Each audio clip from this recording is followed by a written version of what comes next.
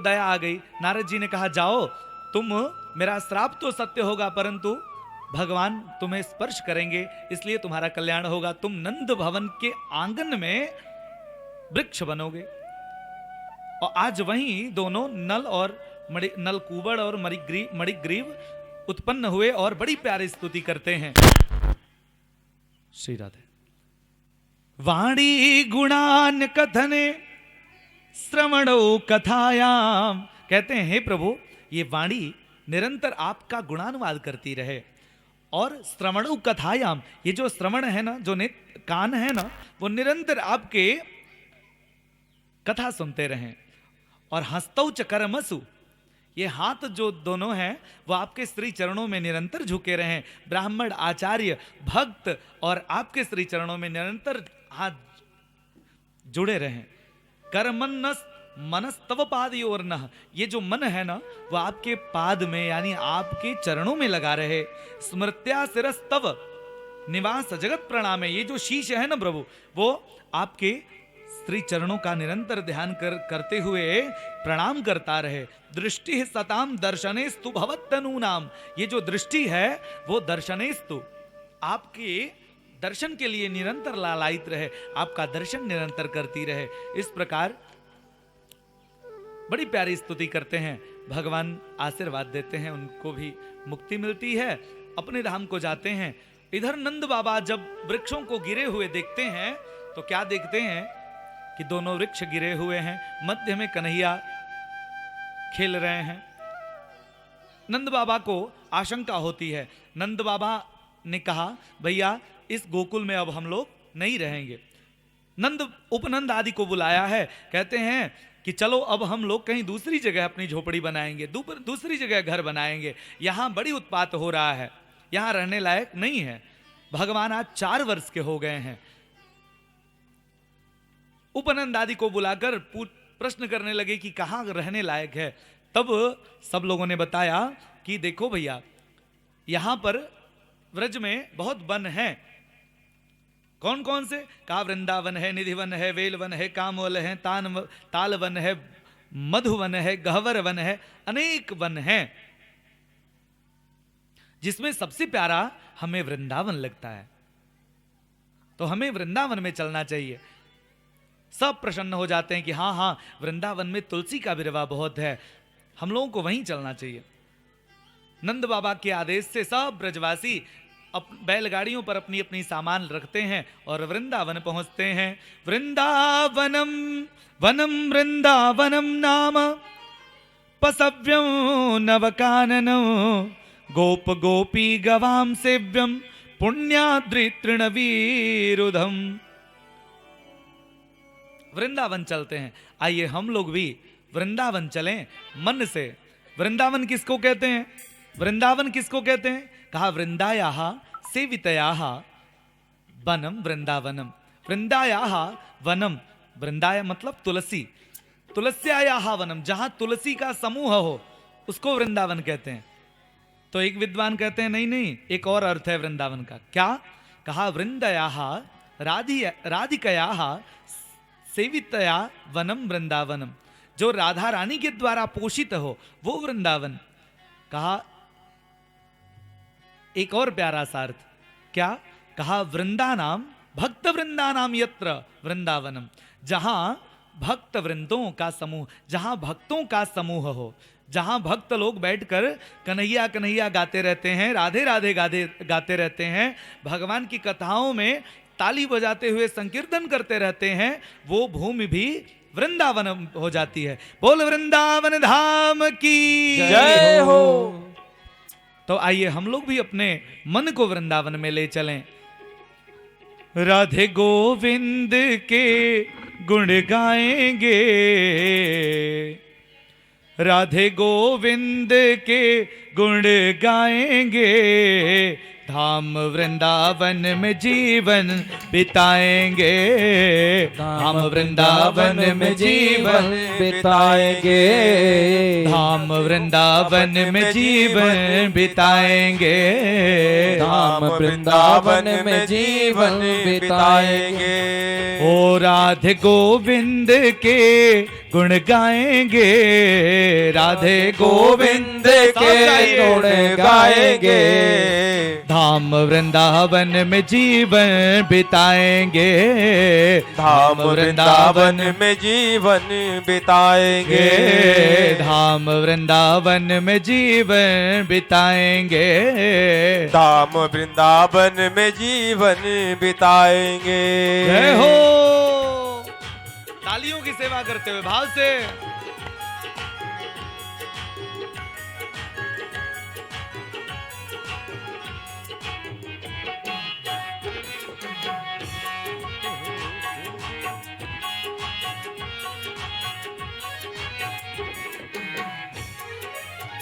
और क्या करेंगे? प्रातः उठ कर नाम जपेंगे, प्रातः उठ कर नाम जपेंगे। प्रातः उठ कर नाम जपेंगे, प्रातः उठ कर नाम जपेंगे। युगल छवि का ध्यान धरेंगे, युगल छवि का ध्यान धरेंगे। ओ युगल छवि का ध्यान धरेंगे, युगल छवि का ध्यान धरेंगे। फिर जाकर श्री यमुना नहाएंगे, धाम वृंदावन में जीवन बिताएंगे, धाम वृंदावन में जीवन बिताएंगे। धाम वृंदावन में जीवन बिताएंगे, धाम वृंदावन में जीवन बिताएंगे। जय हो वृंदावन धाम की जय हो।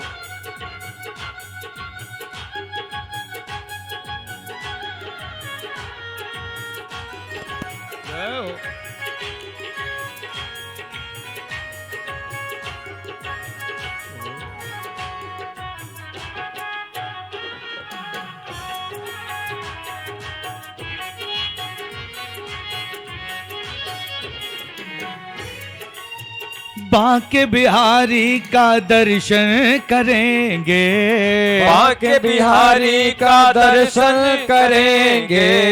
बांके बिहारी का दर्शन करेंगे, बांके बिहारी का दर्शन करेंगे। कुंज बिहारी को नमन करेंगे, कुंज बिहारी को नमन करेंगे। कुंज बिहारी को नमन करेंगे, कुंज बिहारी को नमन करेंगे। इस जीवन को कौन कौन भक्त अपने जीवन को सफल करना चाहते हैं? दोनों हाथ उठाकर। अपने जीवन को सफल नहीं करना चाहते क्या आप लोग? दोनों हाथ उठा के।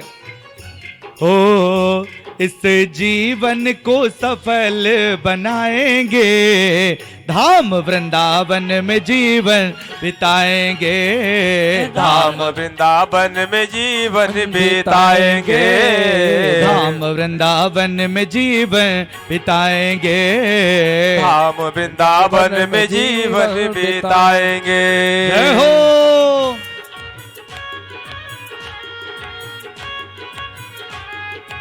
बोलो वृंदावन धाम की, वृंदावन बिहारी लाल की, भक्त वत्सल भगवान की जय हो।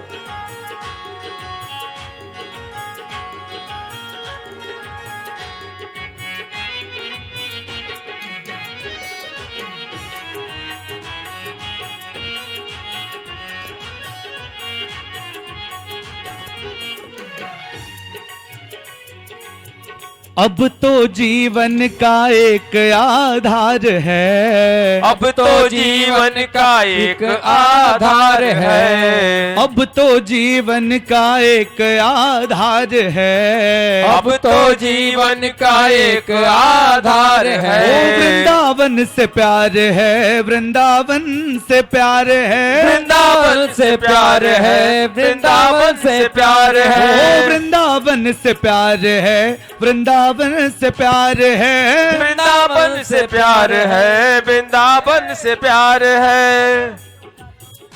ब्रज धूली को, हेलो, ब्रज धूली को, ब्रज धूली में, ब्रज धूली में देह मिलाएंगे, धाम वृंदावन में जीवन बिताएंगे, धाम वृंदावन में जीवन बिताएंगे, धाम वृंदावन में जीवन बिताएंगे, धाम वृंदावन में जीवन बिताएंगे।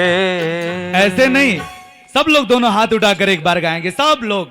अरे भगवान के स्थान पर नहीं झूमोगे तो फिर किसके स्थान पर झूमोगे? क्या अवांछनीय तत्व जो हैं उनके मंडली में झूमोगे? सब लोग दोनों हाथ उठाकर, सब लोग, मैया लोग, आप लोग भी।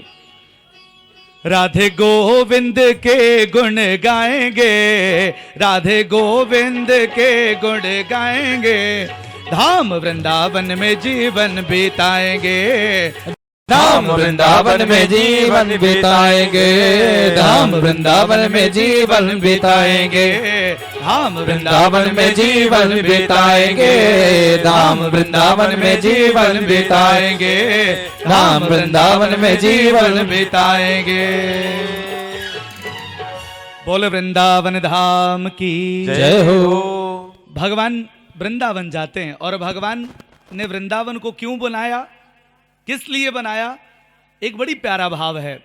प्रेम की पिपास देख देख निज प्रेमियों को, प्रेम की पिपास देख देख निज प्रेमियों को, प्रेम का समुद्र है, चिंता मड़ित जड़ित चारु चादर बिछाही जहां, भांति प्रतिभांति कुंज कुंज से सजाया है, भारत का भूषण तिलक तीनों लोकों का, भक्तों के वास हेतु वृंदावन बनाया है, भक्तों के वास हेतु वृंदावन बनाया है। वृंदावन कोई साधारण नहीं है। वृंदावन के डाली डाली पत्ते पत्ते में वो कन्हैया लिपटा करता था। कण कण कृष्ण स्वरूप है। भगवान कहते हैं कि मैं वृंदावन से एक पग भी कहीं बाहर नहीं जाता। वृंदावनम परित्यज्य पादमेकम न गच्छति। वृंदावन की वृक्षावलियों को जब भगवान देखते हैं तो वृंदावनम गोवर्धनम यमुना पुलिनानि च वीक्षासीदुत्तमा प्रीति माधव राम माधवयो निपा। बलदाऊ भैया और कन्हैया दोनों लोग बहुत प्रसन्न होते हैं, हरी हरी घासें हैं और दौड़े दौड़े आते हैं, मैया मैया यहां तो बड़ी हरी हरी घासें हैं और यहां मेरी गैया गौ माता को हम लोग जब चराएंगे ना तो मनन दूध देंगी। मैया अगर तू आदेश करे तो हम लोग गाय चराने जाएं। यशोदा मैया ने कहा नहीं, अभी ये सब नहीं करना है, अभी तू छोटो सो है, अभी जंगल में हिंसक जानवर रहते हैं लाला, तो अकेले अभी तुम्हें मैं गाय चराने नहीं जाने देने वाली। भगवान कहते हैं मैया एक बात बता, जब मैं माखन चुराता हूं तो तू कहती है लाला अब तू बड़ा हो गया है, अब माखन ना चुराया कर, और आज मैं जब गाय चुराने की बात कर रहा हूं, गाय चराने की, तो तू कह रही है लाला अभी तू छोटो है, अभी गाय मत चराने जा। तो सच्ची सच्ची बता मैया, मैं बड़ा हो गया हूं या छोटा हो गया हूं, तू ही निर्णय कर ले। मैया ने कहा कि लाला सब बात तेरी ठीक है, परंतु अगर तेरी इतनी ही इच्छा है तो तू बछड़े चराने जाया कर। भगवान आज से वत्स चारण करने लगते हैं, बछड़े चराने लगते हैं। वृंदावन में जाकर बछड़े चराते हैं। वहीं पर वत्सासुर का उद्धार करते हैं भगवान, बकासुर का उद्धार करते हैं।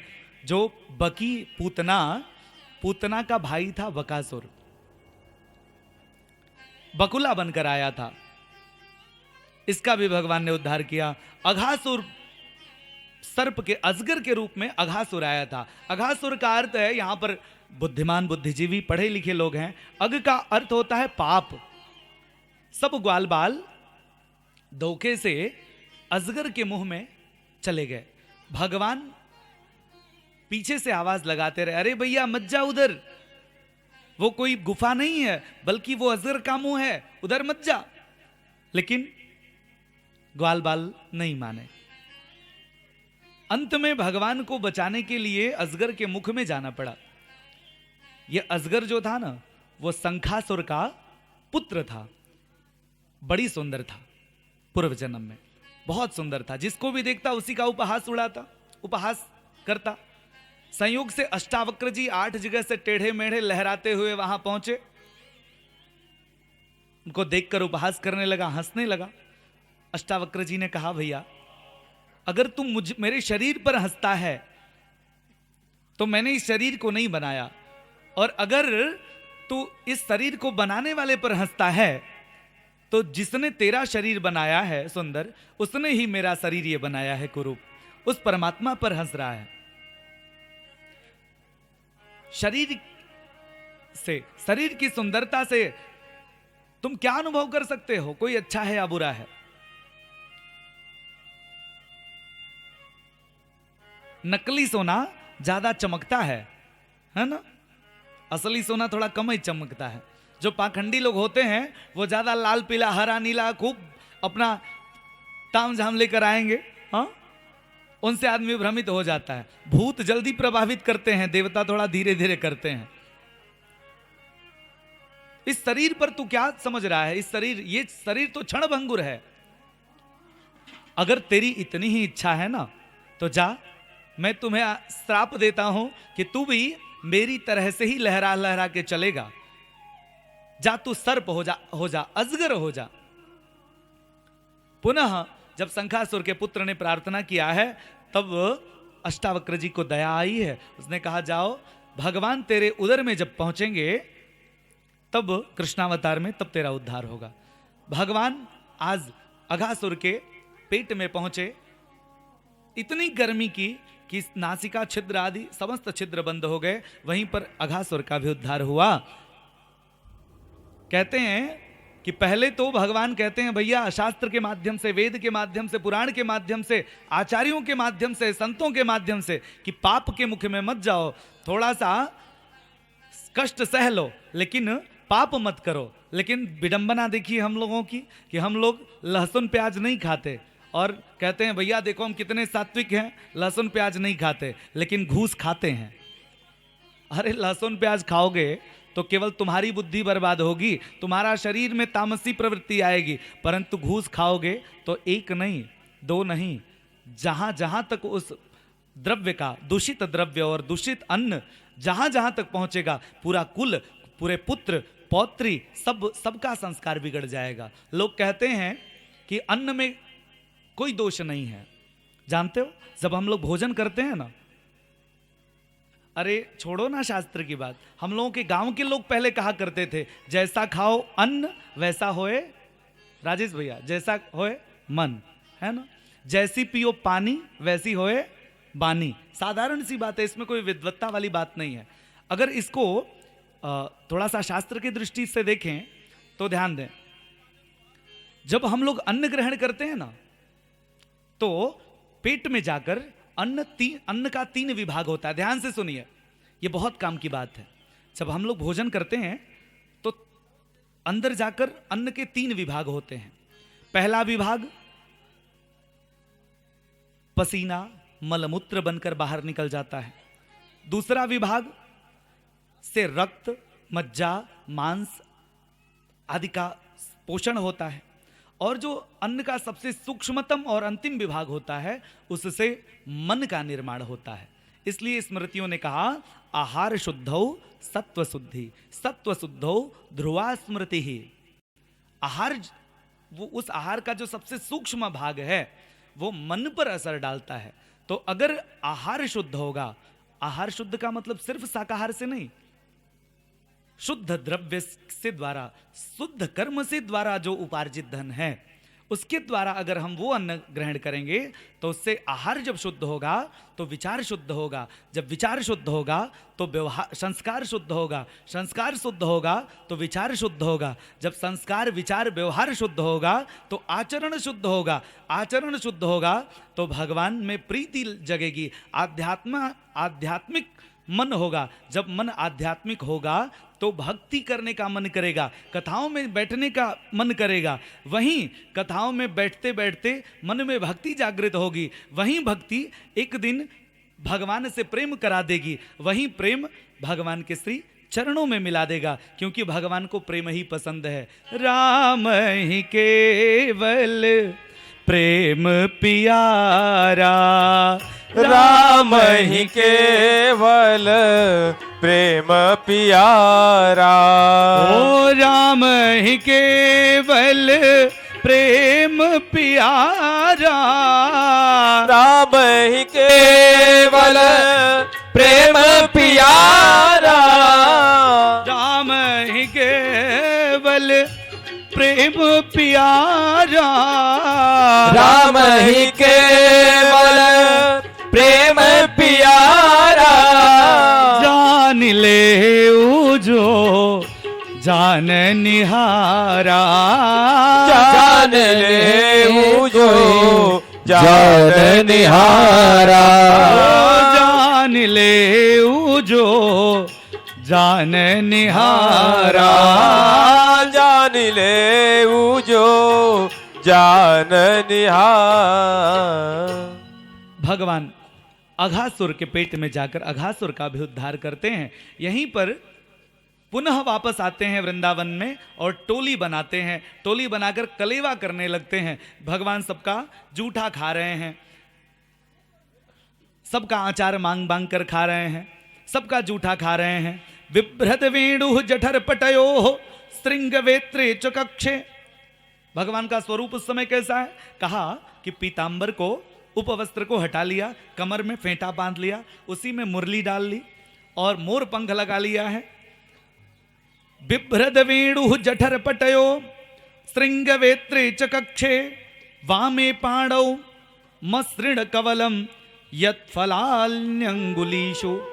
अचार, अलग अलग प्रकार के अचार ग्रहण कर रहे हैं, जूठा खा रहे हैं। ब्रह्मा जी ने जब देखा कि ये परमपिता परमेश्वर जूठा खा रहा है, अरे शास्त्र ने तो ये कहा है कि उच्छिष्टम न दद्यात्, किसी का जूठा न देना चाहिए और न खाना चाहिए, किसी को जूठा न देना चाहिए न खाना चाहिए। ये कैसा उछल उछल के खा रहा है? अरे मधुमंगल तू क्या ले आया है? अरे श्रीदामा तू क्या ले आया है? अरे इस तो तू अपना वाला अचार ले आ। भोजन तो मौन होके करना चाहिए, लेकिन शांत होके करना चाहिए। ना ये शांत हैं, ना ये उछल रहे हैं, जूठा खा रहे हैं। ये कैसा भगवान? भ्रम हो जाता है। एक बार ब्रह्मा जी ने सोचा चलो अच्छा परीक्षा लेकर देखता हूं, बछड़े चुरा लिए। एक ने कहा कि केवल खाने पीने ही में ही मस्त रहोगे कि जाकर देखोगे बछड़े कहां गए? भगवान ने कहा तुम लोग भैया आनंद से खाओ पियो, हम जाकर देख कर आते हैं। जब गए तो बछड़े नादारत, काफी खोजा, पता नहीं चला। पुनः वापस जब आए तो देखे तो ग्वाल बाल को भी ब्रह्मा जी चुरा ले गए। तब ध्यान लगाया और देखा कि अरे ये गड़बड़ कैसी हो रही है। जब ध्यान लगाया तो सारी करतूत ब्रह्मा की समझ में आ गई। अच्छा, गुरु से ही गुरु नाम गुरु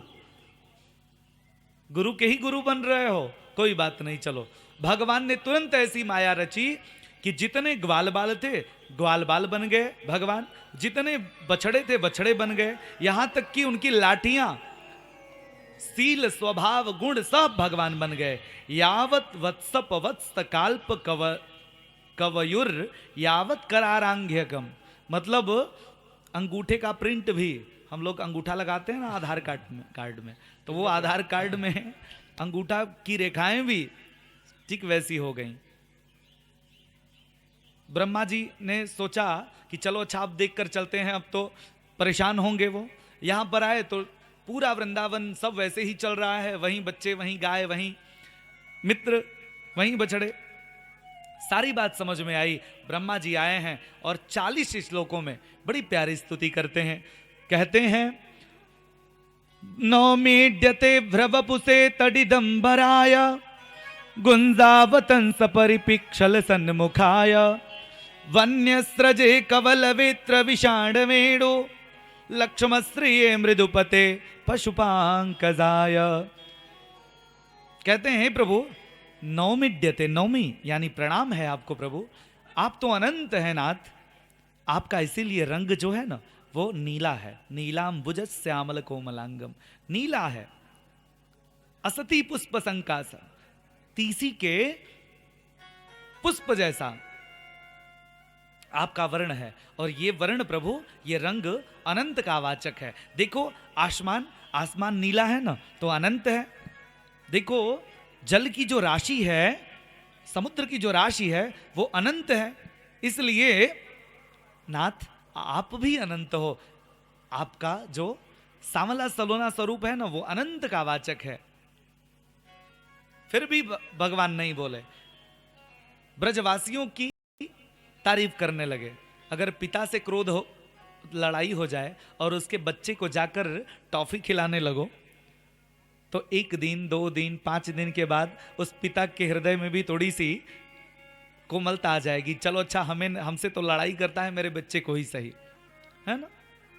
कहते हैं कि अहो भाग्यम नंद गोप व्रजौकसाम यस्मिन्त्र परमानंदम पूर्णम ब्रह्म सनातनम। ब्रह्मा जी ने कहा, प्रभु आप तो अनंत हो ही, धन्य है यहाँ के गोप गोपी जो आपके संरक्षण में रहते हैं, जो आपके सानिध्य में रहते हैं। हमें क्षमा करो प्रभु।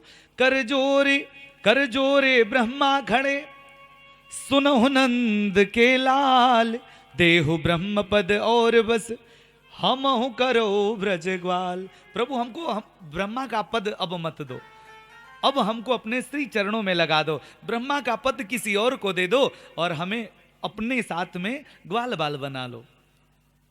इस प्रकार ब्रह्मा जी 40 श्लोकों में बड़ी प्यारी स्तुति करते हैं। आगे गदहा बनकर एक धेनुकासुर आया जो फलों, जो वृक्षावलियों पर रहता था। दाऊ भैया गए और फलों को भी संरक्षित किया, धेनुकासुर को मारकर भगवान आए घर पे और कहा, मैया मैया आज दाऊ भैया ने गदहा मार दियो। सबके सब हंसने लगे। दाऊ भैया ने कहा, देख मैया, ये जब कोई असुर मारता है तो मैं तो कुछ नहीं बोलता हूं, ये वो गदहा नहीं था, वो असुर था, मैंने मार दिया तो ये मेरा मजाक उड़ा रहा है। जाओ, इसकी टोली अलग, मेरी टोली अलग, अब हम गाय चराने इसके साथ नहीं जाएंगे।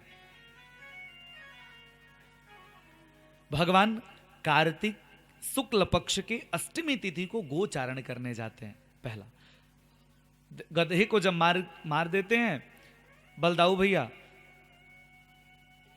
मैया से कहते हैं गधा मार दिया दाऊ भैया ने, क्रोधित हो जाते हैं, दोनों की टोली अलग हो जाती है। एक बार भगवान ने, अच्छा ये किया क्यों, एक बार भगवान गायों को लेकर यमुना के तट पर गए। गायों ने यमुना का जल पान किया, विषाक्त जल पीकर वहीं छटपटाने लगी।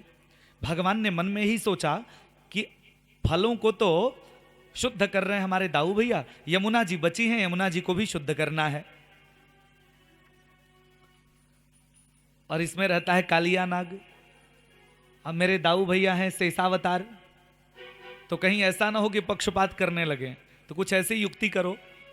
तो वहीं भगवान कहते हैं कि तुमने गधा मार दिया, उनकी टोली अलग हो जाती है। संयोग से उस दिन दाऊ भैया का जन्म दिवस भी रहता है, वहीं रुक जाते हैं। ग्वाल बालों को लेकर भगवान यमुना के तट पर जाते हैं और देखते हैं, विलोक्य दूषिताम कृष्ण कृष्ण कृष्णाहिना विभु तस्या विशुद्ध मन्विच्छन सर्पम तमुदवासयत। अरे कृष्णा मेरी पत्नी यानी यमुना, और कृष्ण मैं, कृष्ण और कृष्णा के बीच में तीसरा काला कैसे आ गया, कालिया, इसको भगाओ।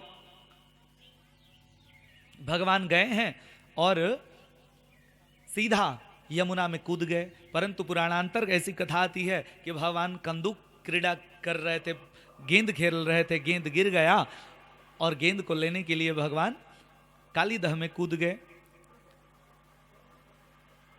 कालिया नाग सो रहा था, उनकी पत्नियों ने जब देखा तो इतना प्यारी सूरत देखकर मोहित हो गईं। कहा लाला तू यहां से चला जा, मेरे स्वामी भागे भागे आए कि जो भी अभी तक यमुना में गिरा है वो बचकर वापस नहीं आया।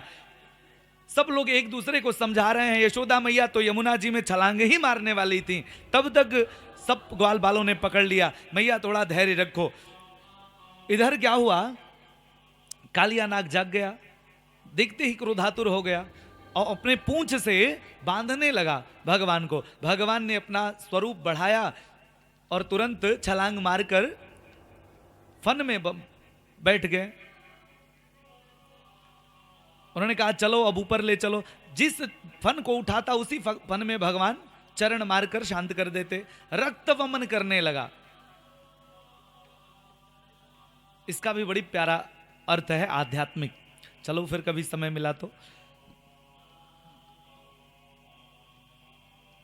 अब जो भी फन उठाता कालिया उसी फन पर भगवान चरण रख देते।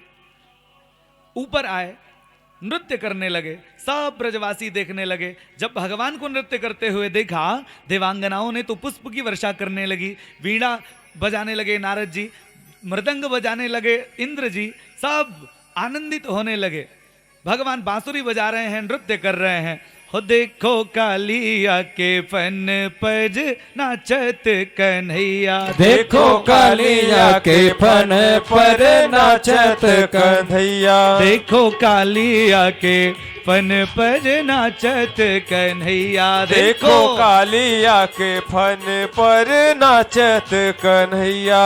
ओ नाचत कन्हैया, नाचत कन्हैया, नाचत कन्हैया, नाचत कन्हैया, ओ नाचत कन्हैया, देखो जग को नचैया, नाचत कन्हैया, देखो जग को नचैया। देखो कालिया के फन पर नाचत कन्हैया, देखो कालिया के फन पर नाचत कन्हैया।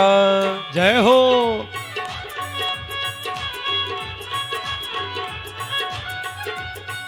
तालियों की सेवा करते हुए बोलिए बोलिए कालिया मर्दन भगवान की जय हो।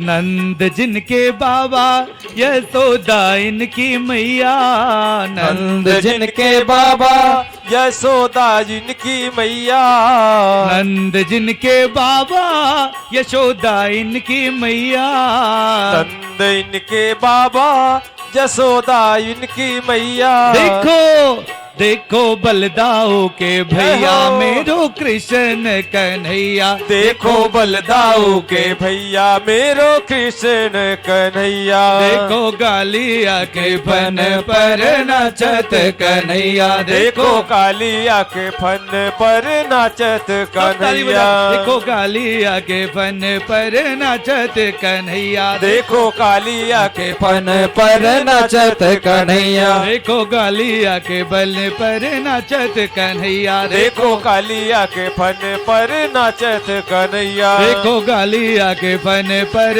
नाचत कन्हैया।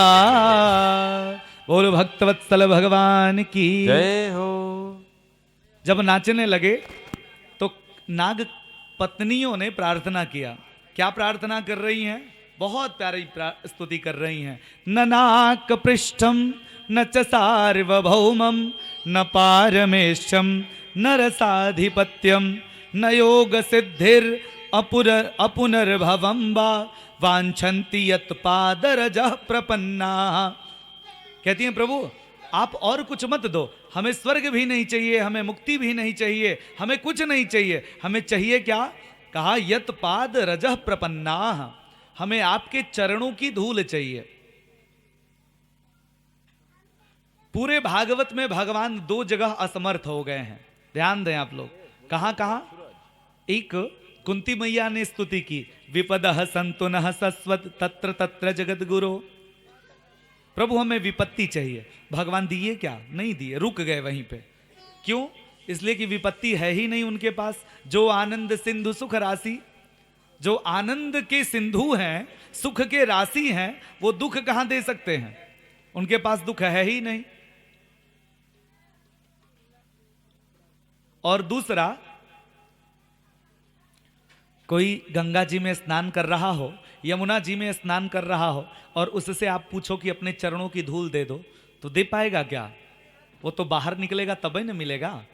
हाँ? तो भगवान, चरणों की धूल जब भगवान से मांगा गया तो भगवान यहां भी निरुत्तर हो गए। और पति प्राण प्रदीयताम, पति के प्राणों की रक्षा करो प्रभु। तुरंत बाहर आते हैं भगवान, सब लोग मिलते हैं, वहीं पर रात्रि विश्राम करते हैं। संयोगवश भगवान की कृपा से आग लग जाती है, भगवान वहीं अग्नि का भी पान करते हैं। अब भगवान जब बांसुरी बजाते हैं तो सभी गोपियां चर्चा करने लगती हैं कि भगवान बांसुरी कैसे बजाते हैं। भगवान जब गाय चराने के लिए जाते हैं तो गोपियां बैठकर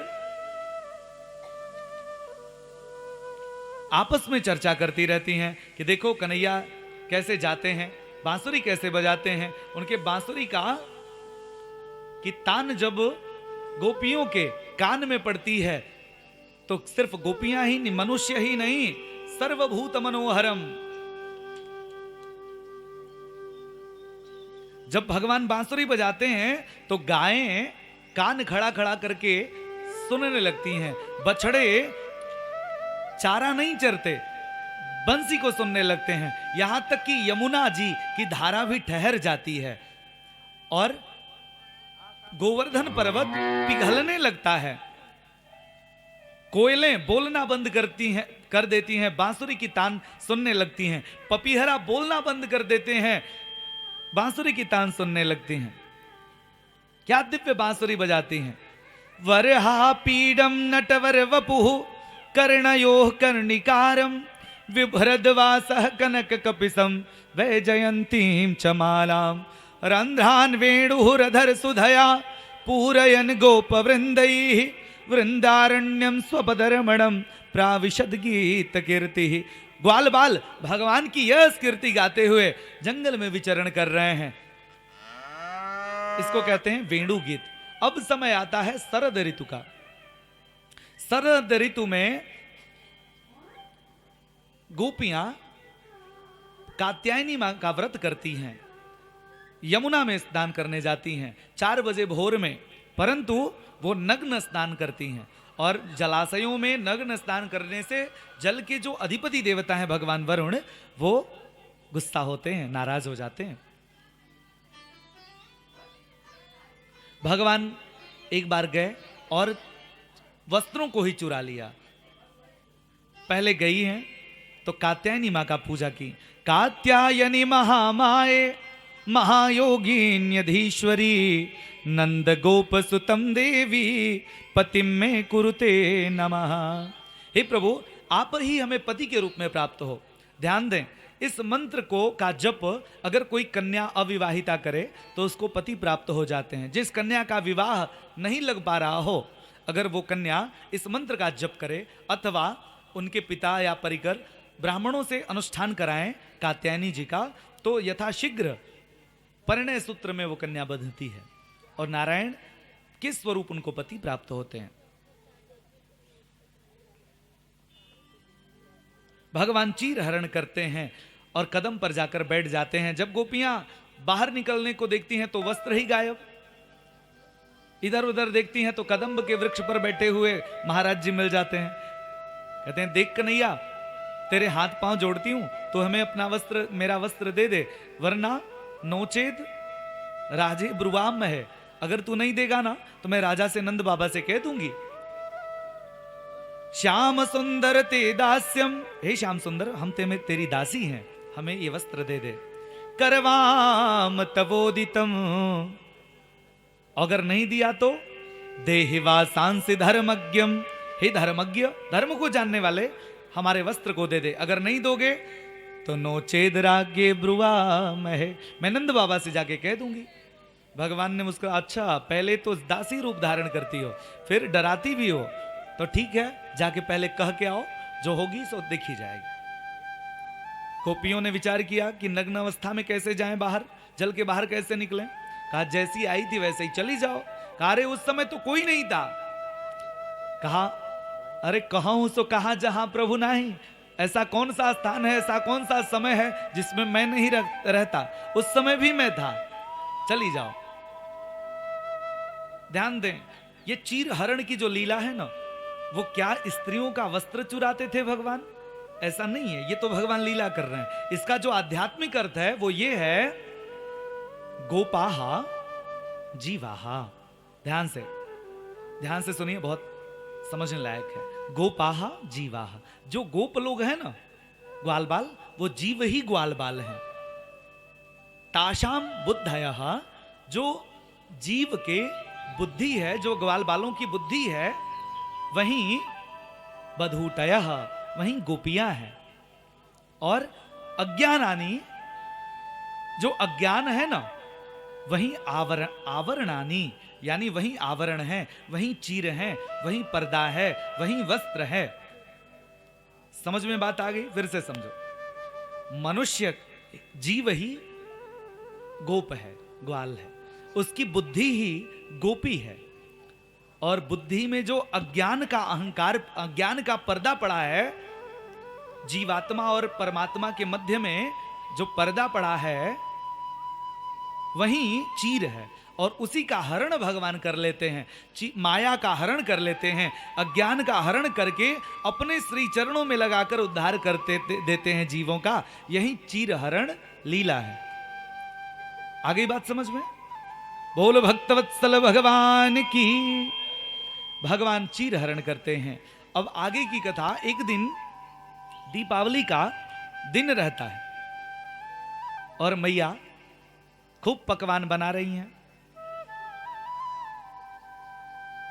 भगवान पहुंचते हैं, कहते हैं अरे मैया, बड़ी पकवान बन रहे हैं आज घर पे, कुछ खिलाओ पिलाओ हमें भी भूख लगी है। भगवान ने कहा, मैया ने कहा कि लाला अभी तुमको कुछ नहीं मिलने वाला, जब जय जय हो जाएगी ना, जब पूजा हो जाएगी, तब तुमको प्रसाद स्वरूप मिलेगा।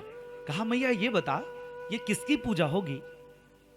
कथ्यताम में पिता, कहती मैया जरा बताना किसकी पूजा हो रही है, इतनी अच्छी तैयारी किसकी हो रही है?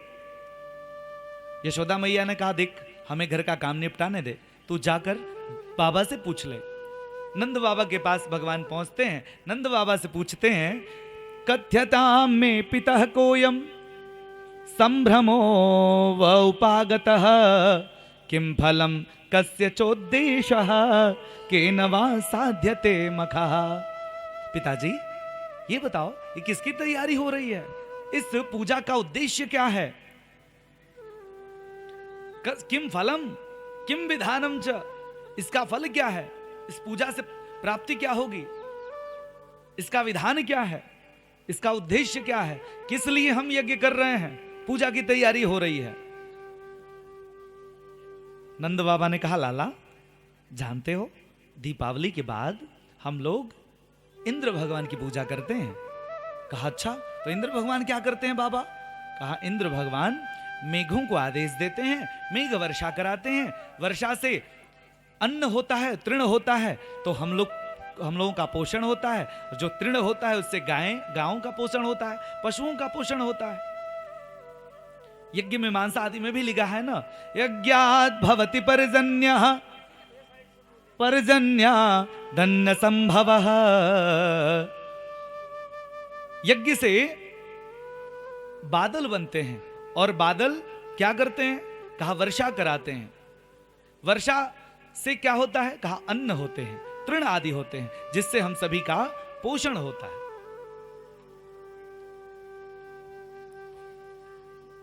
तो इसलिए हम लोग इंद्र की पूजा करते हैं। भगवान मुस्कुराते हुए ताली पीट कर हंसने लगे। कहा बाबा आप भी ना बहुत भोले हो। कहा क्या हुआ लाला? कहते हैं कि बाबा अच्छा एक प्रश्न मेरे मन में उठ रहा है, बताओ जरा कि अगर इंद्र की पूजा नहीं हुई तो फिर वो पानी भी नहीं बरसाएगा? कहा हाँ नहीं बरसाएगा। कहा तो ऐसा करते हैं कि आधे ग्वाल बाल इंद्र की पूजा कर लें और आधे ग्वाल बाल इंद्र की पूजा न करें, तो आधे ग्वाल बालों के खेतों में इंद्र पानी बरसाएगा और आधे ग्वाल बालों के खेतों में सूखा पड़ जाएगा। यही ना होगा? नंद बाबा ने कहा देख लाला, हमको ये टेढ़ी मेढ़ी बात समझ में नहीं आती। हम ठहरे देसी आदमी, तो ये उल्टी सीधी बात हमको नहीं समझ में आती।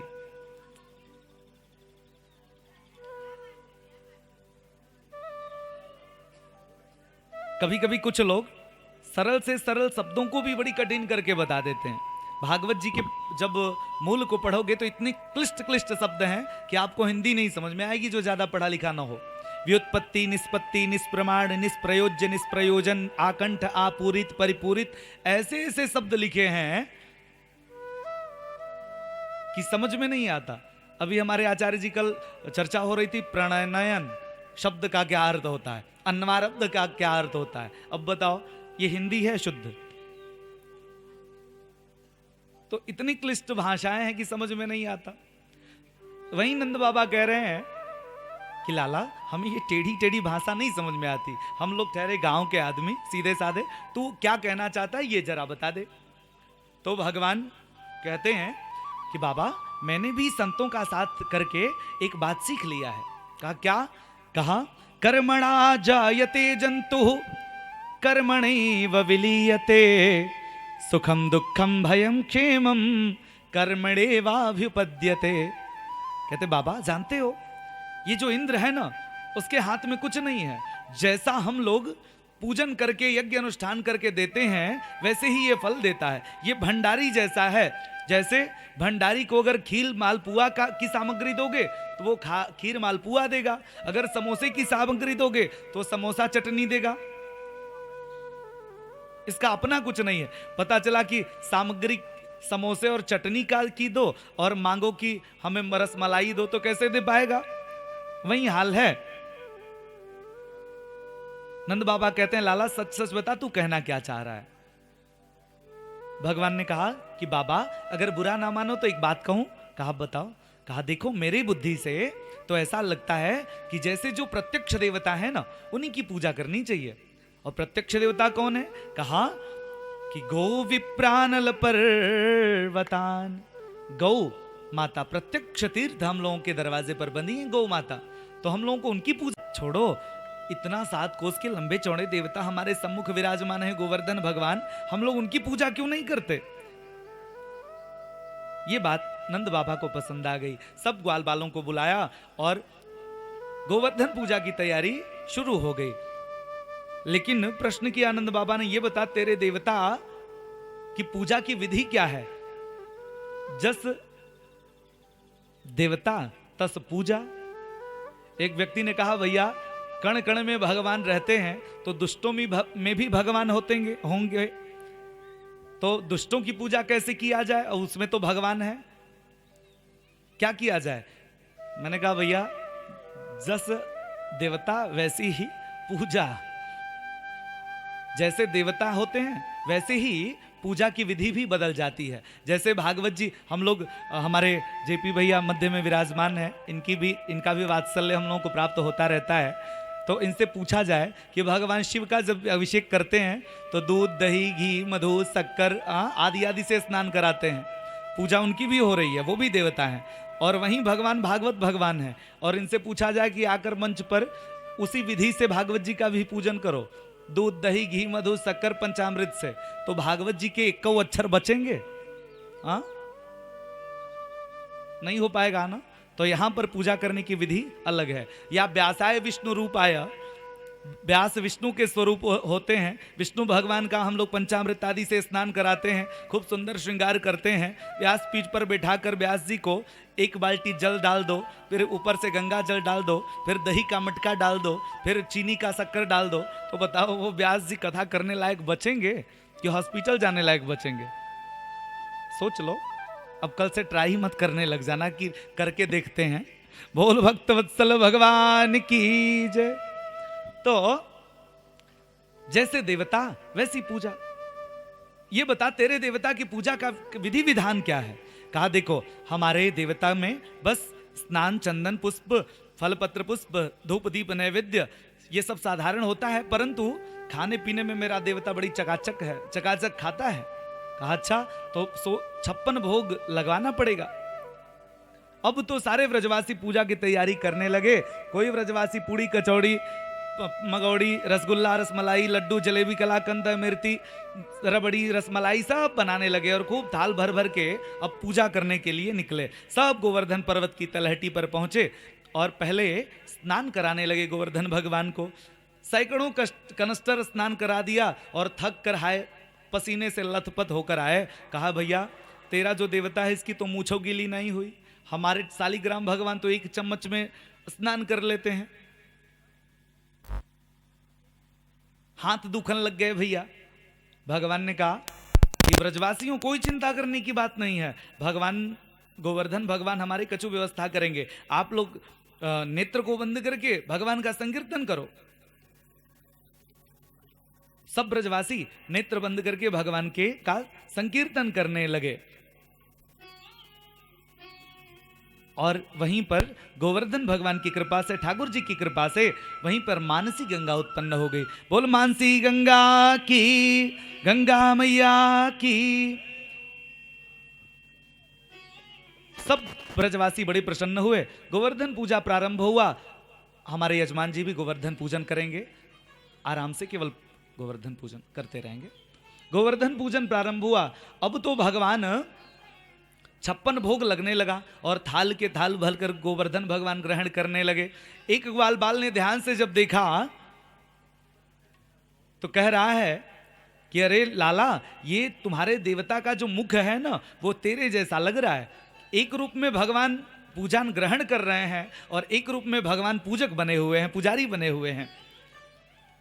एक ने जब ध्यान से देखा कहा तेरा मुंह तेरे मुंह जैसा ही गोवर्धन तेरे देवता का भी मुख है। भगवान हंसते हुए कहे ब्रजवासियों तुम लोग तो बड़े भोले भाले हो, जानते हो इसका कारण क्या है? कहा क्या कारण है भैया? कहा जिस गाय का दूध मैं पीता हूं ना उसी गाय का दूध इसे भी अपने देवता को भी पिलाता हूं, इसलिए मेरा मुख और इसका मुख एक जैसा हो गया है।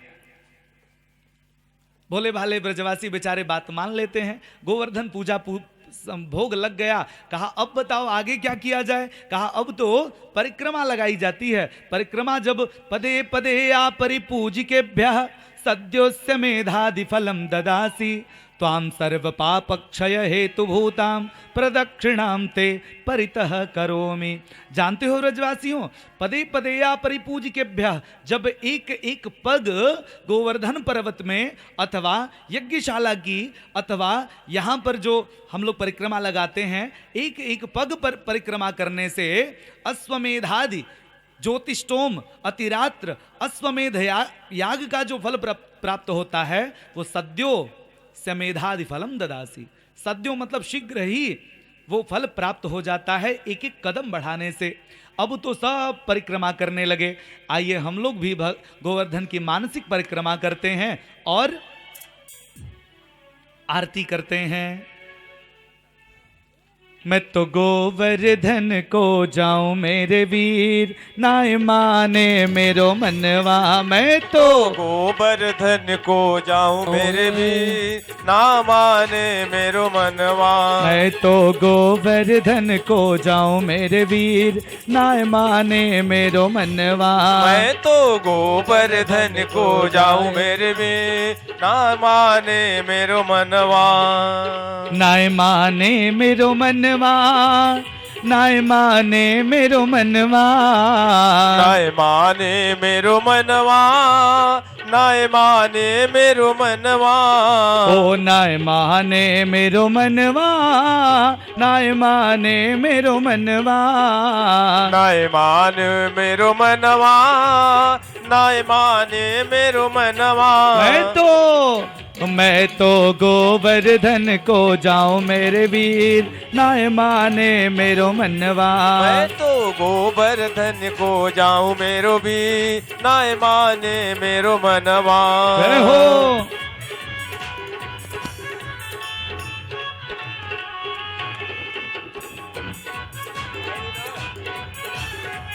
जय हो।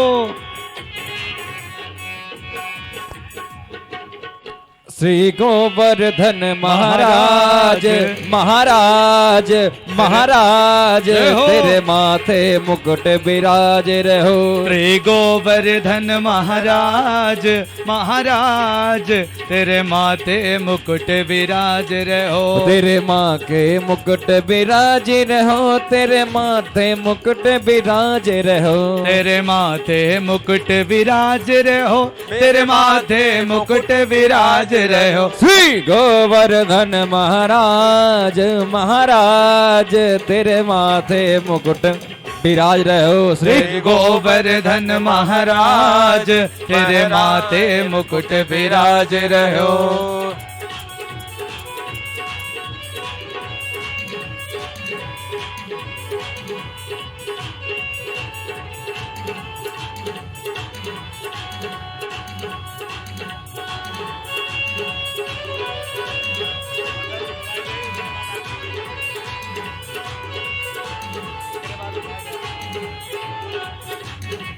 बोलो गोवर्धन भगवान की जय हो।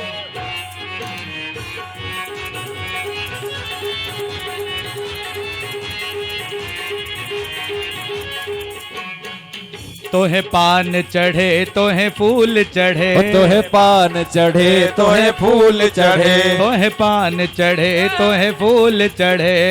पान चढ़े तोहे फूल चढ़े। तोहे चढ़े तोहे चढ़े दूध की धार धार, तेरे माथे मुकुट विराज रहो। श्री गोवर्धन महाराज महाराज, तेरे माथे मुकुट विराज रहो। श्री गोवर्धन महाराज महाराज, तेरे माथे मुकुट विराज रहो। गोवर्धन महाराज तेरे महाराज, तेरे माथे मुकुट विराज रहे।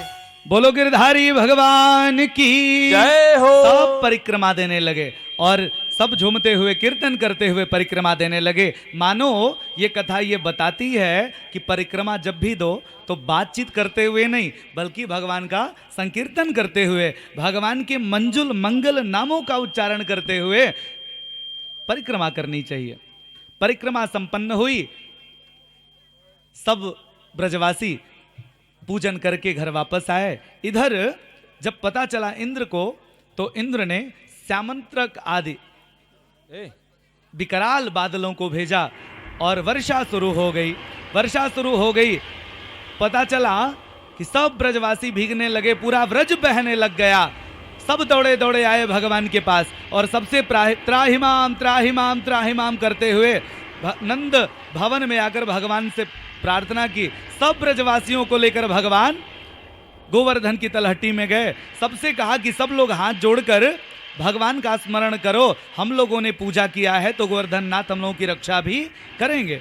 भगवान सब नेत्र बंद करके भगवान का संकीर्तन करने लगे। और अब ठाकुर जी ने इत्युक्तेन हस्तेन, एक हाथ से ही गोवर्धन पर्वत उठा लिया। सुखदेव जी कहते हैं बोलो गो गिरधारी भगवान की। आइए हम लोग भी गिरधारी भगवान का दर्शन करें और साथ साथ अभी आप लोग अपने अपने स्थान पर खड़े हो जाएंगे, भगवान की दिव्य आरती किया जाएगा और गिरधारी भगवान का स्मरण भी करते रहेंगे। एक प्यारा सा भजन, तत्पश्चात आरती। जिनको भी गोवर्धन नाथ का पूजन करना होगा वो क्रम से आते रहेंगे। नख पर गिरवर लीन हो धार कन्हैया मेरो बारो। नख पर गिरवर लीनो धार कन्हैया मेरो बारो। नख पर गिरवर लीन हो धार कन्हैया मेरो बारो। नख पर गिरवर लीनो धार कन्हैया मेरो बारो। ओ कन्हैया मेरो बारो नंदलाला मेरो बारो। कन्हैया मेरो बारो नंदलाला मेरो बारो। नख पर हो नख पर हो नख पर गिरवर लीनो धार कन्हैया मेरो बारो। नख पर गिरवर लीनो धार बोलो गिरधारी भगवान की। मेरो बारो।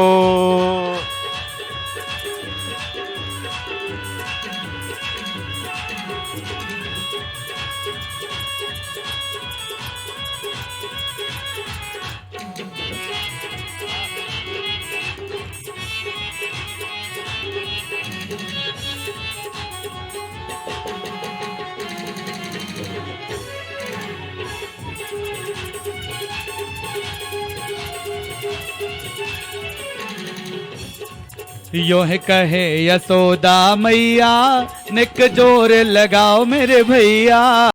यो कहे यशोदा मैया निक जोर लगाओ मेरे भैया। यो कहे यशोदा मैया निक जोर लगाओ मेरे भैया। कहे यशोदा मैया निक जोर लगाओ मेरो भैया। गिरवर में बोझ अपार कन्हैया मेरो बारो। गिरवर में बोझ अपार कन्हैया मेरो बारो। नख पर गिरवर लीनो धार कन्हैया मेरो बारो। नख पर लीनो धार कन्हैया मेरो बारो। जय हो बोल गिरधारी भगवान की जय हो।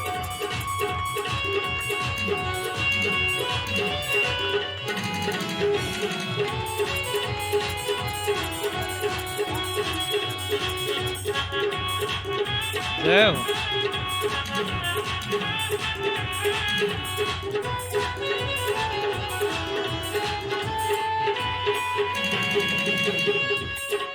लाला की नरम कलैया कहीं मुरक न जाए बाकी भैया।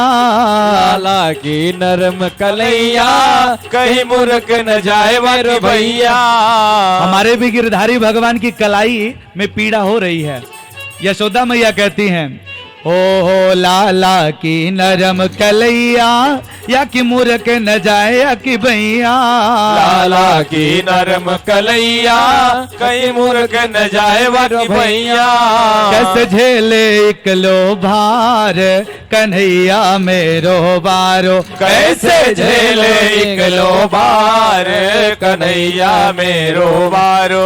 नख पर गिरवर लीनो धार कन्हैया मेरो बारो। नख पर गिरवर लीनो धार कन्हैया मेरो बारो। जय हो।